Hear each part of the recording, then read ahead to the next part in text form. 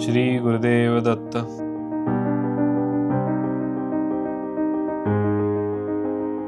नमस्कार मित्रांनो, आज आपण एक रिअल लाईफ स्टोरी ऐकणार आहे. हा अनुभव मला पर्सनली सांगितलेला गेलाय. ऑब्व्हियसली टायटल वरून तुम्हाला कळालंच असेल की स्वामी समर्थांच्या एका चमत्काराशी रिलेटेड आहे. हा 100% रिअल आणि त्याला काहीच मिरची मसाला न लावता जितका स्ट्रेट फॉरवर्ड आणि जितक्या करेक्ट आणि ऑथेंटिक वे मध्ये तुम्हाला नरेट करता त्याचा मी पुरेपूर प्रयत्न करीन. इमॅजिन करा, म्हणजे रिअल लाईफ स्टोरी ऑब्व्हियसली, पण तुम्ही इमॅजिन करा की दोन मित्र राम आणि श्याम, सपोज आपण दोन कॅरेक्टर्स घेऊ आणि ते दोन. आता मी हे राम आणि श्याम यूज का करतोय वर्ड्स, कारण की ही स्टोरी ऍक्च्युली श्यामची. तो जो खरा श्याम आहे, जो माझा मित्र आहे जवळचा, त्याचं मत असं की त्याची त्याला आयडेंटिटी रिव्हील करायची नाहीये, व्हॉट एव्हर प्रायव्हसी रिझन्स. तर राम ऍक्च्युली तसा थोडा भक्तीशी इन्क्लाइंड आहे, पण डायरेक्टली स्वामी समर्थांशी रिलेटेड किंवा त्यांची भक्ती तो करत नाही. जो श्याम आहे तो तर अजिबातच म्हणजे स्वामी समर्थांच्या रिलेटेड पण नाही, काहीच नाही, म्हणजे कधी मंदिरात वगैरे असं जाणं. अदरवाईज दोघांचाही देवावर विश्वास आहे, पण समर्थांशी डायरेक्टली रिलेटेड किंवा त्यांच्या भक्ती मार्गात नाहीये. तर वन फाईन डे असं होतं की राम श्यामला फोन करतो आणि म्हणतो की चल आपल्याला कुठेतरी बाहेर जायचंय. आणि एकदम इम्प्रॉम्प्टू, म्हणजे असं ठरवून वगैरे नाही. तो अचानक त्याचा फोन आला की चल आपल्याला जायचंय. श्याम म्हणतो कशाला, कुठे, काय, प्रश्न विचारतो. तो म्हणतो काही नाही राम, आपल्याला जायचंय, चल माझ्याबरोबर फक्त.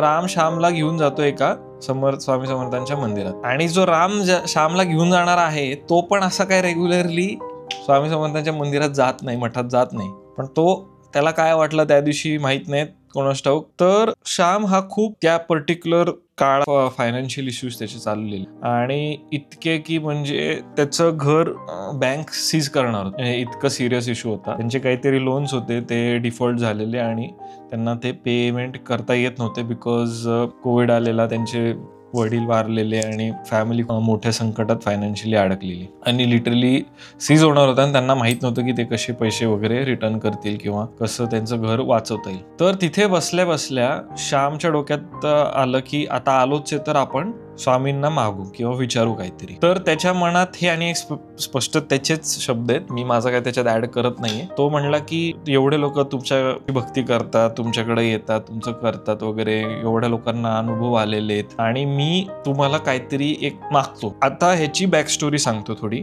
श्यामचे जेव्हा वडील वारलेले तेव्हा त्यांच्या घरात त्यांचे इन्कम सोर्स ॲज सच काही नव्हतं, म्हणजे ते पेन्शन येत नव्हतं आणि पेन्शनची फाईल काय फॉर व्हॉट एव्हर रिझन अडकलेली. आणि त्यांनी ती फाईल सबमिट केली आणि त्यांना म्हणले की मला कमीत कमी 5 महिने लागतील हे पैसे यायला, म्हणजे जी काय त्यांची अमाऊंट असेल आणि प्लस तिथून पुढे पेन्शन स्टार्ट व्हायला. तर 5 महिने लागतील. ह्याला खूप अर्जंट होतं, जसं मी सांगितलं की बँक सीज करणार होती, घर वगैरे एकदम वाईट कंडिशन होती. तर अशा कंडिशन मध्ये तो तिकडे समर्थांच्या समोर मंदिरात बसून म्हणतो की मला ते जे पर्टिक्युलर खाते त्यांनी पेन्शन येण्यासाठी 5 महिने सांगितले, तर तुम्ही हे प्लीज काहीतरी करून पटकन करा, जेणेकरून माझे फायनान्शियल प्रॉब्लेम जे की मला घर माझं वाचवायचं आहे तर ते वाचू द्या प्लीज. ते असं म्हणतो की जर तुम्ही हे 2 महिन्यात करून दाखवाल तर मी तुम्हाला मानेन. तर अशी प्रार्थना केल्यावर तुम्हाला काय वाटतं की ते पेन्शनचे पैसे किती दिवसात आले असतील, आधीचे पैसे आणि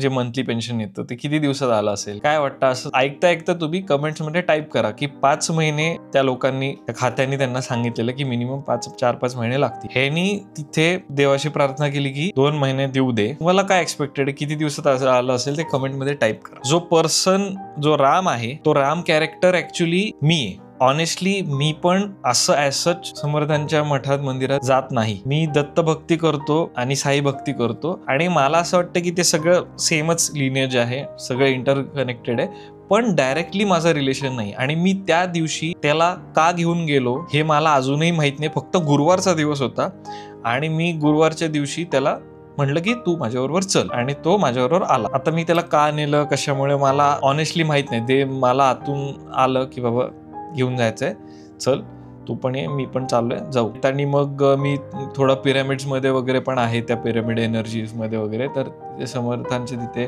केंद्रात ते पिरॅमिड्स मिळतात, मग ते घेऊन आलो. मी त्याला एक विकत पण घेऊन दिली, त्याला म्हटलं की तुझ्या डेस्कवर ठेव. तो त्याच्या घरी गेला, मित्र, मी माझ्या घरी आलो. जसं तुम्हाला मी प्रश्न विचारलेला, तुम्हाला काय वाटतं कधीपर्यंत ते पैसे आले असतील, तर मला आता सांगताना पण, मला ही स्टोरी माहितीये पण मला सांगताना पण एवढं आश्चर्य होतं आणि एवढं म्हणजे ऍक्च्युली थक्क होतोय मी. तर त्याची काय हालत झाली असेल मला माहित नाही, पण त्या व्हेरी डे, त्या सेम दिवशी संध्याकाळी त्याला पैसे आले. म्हणजे जी अमाऊंट त्याला 5 महिने सांगितले आणि त्यांनी स्वामींकडे 2 महिन्यात येऊ दे मला पैसे म्हणून मागितलेलं, त्याला ते same day, very same day संध्याकाळी गुरुवारच्या दिवशी त्याला ते पैसे आले. आता इथून पुढे झालं असं की त्या पर्टिक्युलर मोमेंटचे फायनान्शियल इश्यूज जे होते वगैरे, त्यांचं घर वाचलं, त्यांनी ते बऱ्यापैकी त्याच्या पार्ट पेमेंट्स केले, काइंड ऑफ विश्वास बसला आणि तो रेग्युलरली गुरुवारी वगैरे जेव्हा जमेल तेव्हा मठात स्वामींच्या जायला लागला, रेग्युलर त्यांचं करायला लागला. 6 महिने नंतर त्यांच्या घरात एक पर्टिक्युलर व्यक्तीला ऍडमिट करायची एक वेळ आलेली आणि त्याचा खर्च होणार होता आणि त्याच्यासाठी त्याला परत फायनान्शियल नीड आली. तर माइंड यू, या 6 महिन्यात त्यांनी स्वामींना असं काही वेगळं मागितलेलं नव्हतं. तो फक्त जात होता आणि प्रे करून जे काय ध्यान करत असेल आणि परत घरी यायचं. पण जेव्हा हे परत एक छोटं संकट आलं आणि आता पैसे परत कुठून उभे करायचे म्हणून त्याच्या डोक्यात,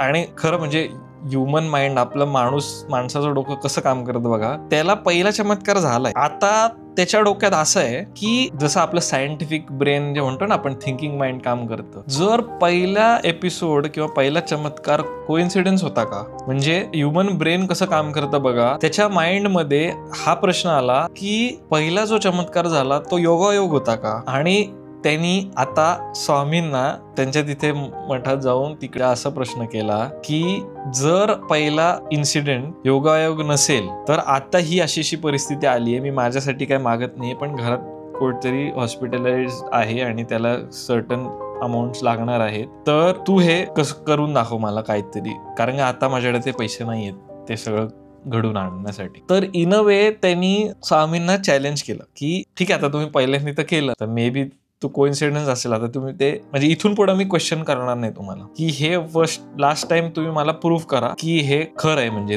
तुमचं जे काय तुम्ही केलंय ते खरं आहे आणि ते योगायोग नाहीये. तर असं त्यांनी प्रे करून तो गेला आणि त्याच्यानंतर राईट 15 दिवसानंतर त्याला जेवढी लागणाऱ्यापेक्षा कितीतरी पटीने जास्त रक्कम त्याच्या खात्यात आली, जी इनफॅक्ट त्याला माहिती पण नव्हती की कुठून आली, कशी आली, काय आली.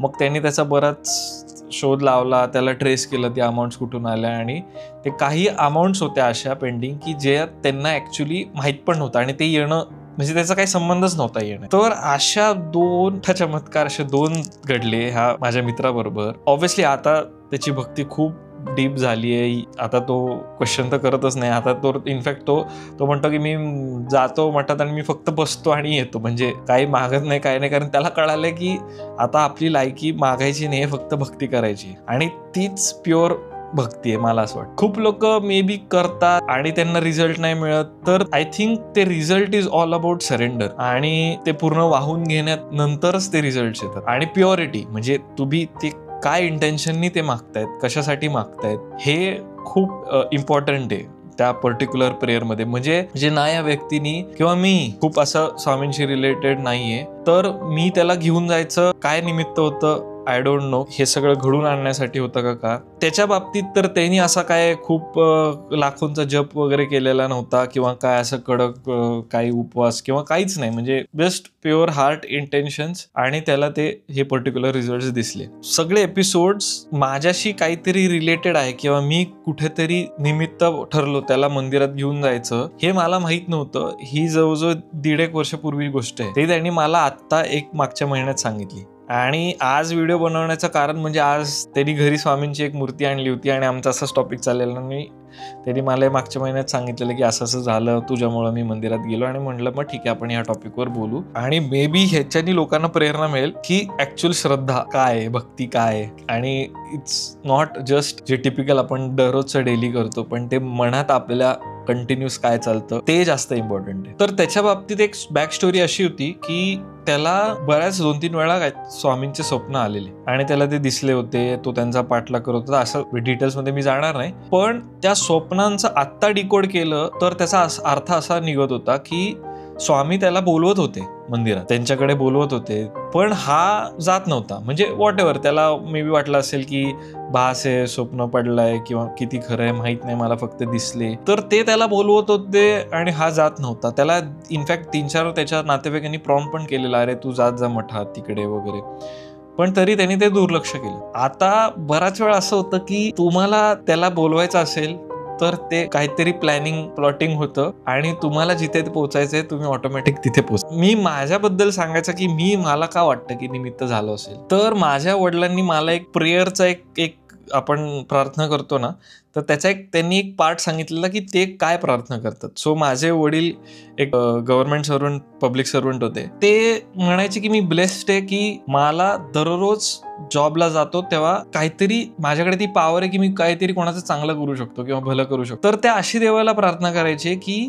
माझ्या हातून काहीतरी चांगलं घडू. तर हे त्यांनी मला एकदा सांगितलेलं आणि ते माझ्या डोक्यात स्टक झालं. तर मी पण माझ्या दरवेळेस प्रार्थनामध्ये किंवा मी जेव्हा पण प्रे करतो, मी म्हणतो की माझ्या हातून काहीतरी चांगलं घडू दे किंवा तुला जे हवंय माझ्याकडून घडणं ते घडू दे आणि मी तुझी जी इच्छा असेल तर मी ती फॉलो करू दे. म्हणजे माझ्या दर प्रेयर मध्ये असतं की माझ्या हातून काहीतरी चांगलं काम होऊ दे.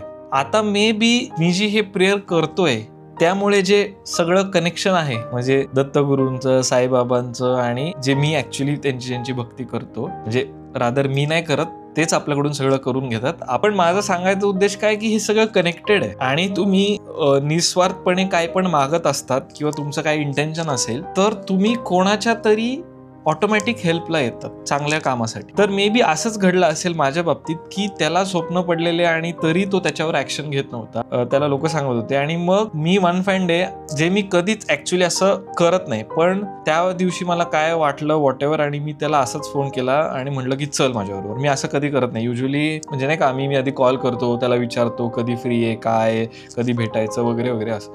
तर त्या दिवशी मी त्याला त्याची म्हणजे विचारलंच नाही, त्याला म्हटलं तुला यायचंय माझ्याबरोबर, तू चल, आणि तो आलाय. त्यानंतर हे सगळं, हे जे एपिसोड्स 3 चमत्कार आहेत त्याच्यातले मी 2 सांगितले तुम्हाला, तिसरा मे बी कधीतरी नंतर सांगेल. हे मला माहित नव्हतं जवळजवळ 1.5 वर्ष. त्यांनी आता मला रिसेंटली सांगितलं की तुझ्यामुळे असं काहीतरी म्हणजे त्याच्या लाईफमध्ये काहीतरी घडून आलंय. तर ह्या स्टोरीमधून मला एक शिकायला मिळेल किंवा आपल्या सगळ्यांना एक शिकायला मिळालं असेल की फक्त पूजा अर्चा आणि ते सगळं फॉलो करणंच हेच सेवा किंवा भक्ती नाहीये. भक्ती एक प्युअर हार्ट आहे ज्याच्याने तुम्ही पूर्णपणे समर्पण करतात, पूर्णपणे सरेंडर करतात. आणि trust me, surrender is the key, Shraddha is the key. तर ह्याडी तुमची जर प्युअर इंटेन्शन्स किंवा भावना प्युअर असतील, परफेक्ट असतील आणि जर तुमच्याकडून काही चुकलं असेल तर तुम्ही जेन्युइनली त्याची माफी मागून जर त्याच्यावर वर्क करत असाल तर मला वाटतं 100% तुम्हाला असे अनुभव येतात. जेव्हा तुम्ही सरेंडर करतात आणि जेव्हा तुमच्या ध्यानी मनी कॉन्स्टंटली तुमच्या मनात